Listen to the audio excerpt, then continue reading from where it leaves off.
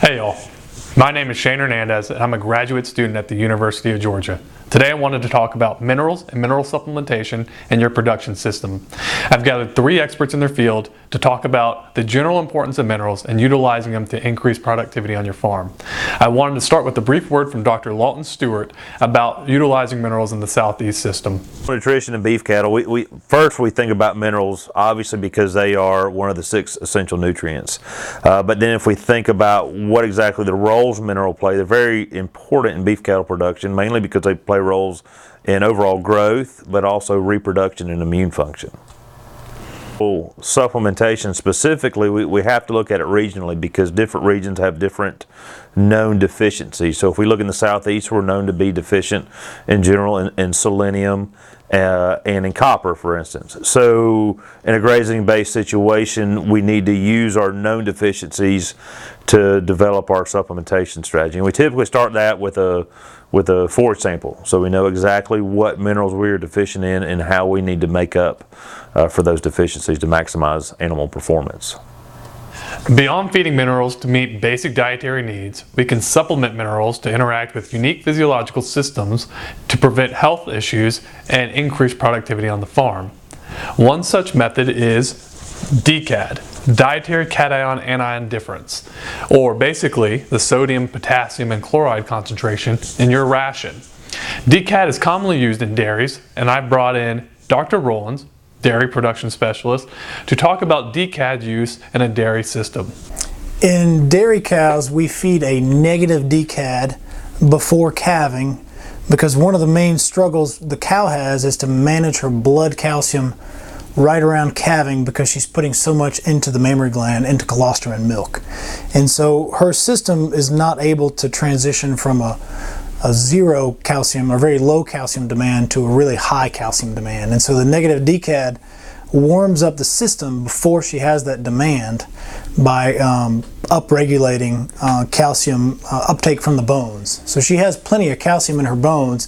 It's just a matter of how quickly can she put it in her blood to maintain those blood levels. I think we're still refining the levels that are needed. One of the ways in which we monitor the negative DCAD diet is using urine pH to see how far we are acidifying these animals. And there's still a lot of debate about what's the optimum. You know, we can go too low, we can have not enough, and so where do we really want these cows to be in order to manage the hypocalcemia?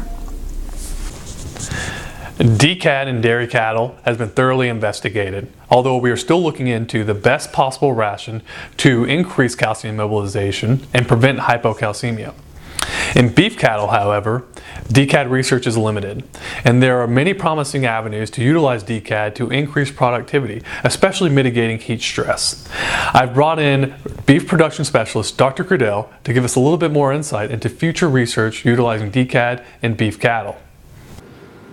I think theoretically the DCAD diet have a potential to alter feed intake and, as a result of that, maybe increase or potentially decrease average daily gain depending on the scenario. We again have to do the research to really understand the benefit or detriment to using those rations in that population. Again, other possibilities would be to address some of the metabolic concerns that we have in feedlot cattle, particularly the formation of urinary stones. And so a low DCAD ration would theoretically acidify urine pH and may reduce the formation of stones in those animals and improving animal health overall.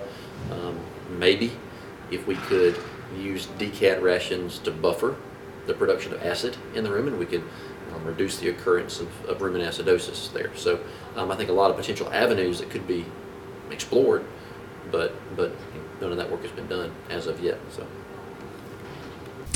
While supplementing minerals in a livestock operation is fairly commonplace, I hope this short video has highlighted how unique concentrations may add benefits to your production system. If you have any further questions, please reach out to a specialist or your local extension officer. Thank you. Have a good day.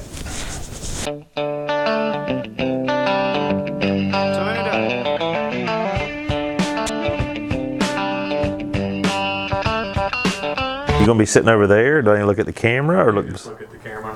While DCAD research in dairy, while DCAD, let me just stop that so I can start fresh. The question that really matters.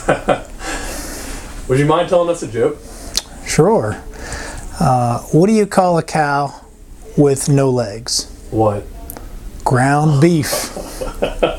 The exact concentrations of wow, I am blinking a lot. Wow. Please tell me I didn't sit there and blink like a maniac. So, Dr. Stewart, what is the point of supplementing minerals in general? Now? Yeah, now. You're good. You'll cut that out. Dietary needs, we can utilize minerals to interact with unique physiological systems. What do you call a cow with 2 short legs and 2 long legs? What? Lean beef. Oh my gosh. The one we're all waiting for is, can you tell us a joke? No.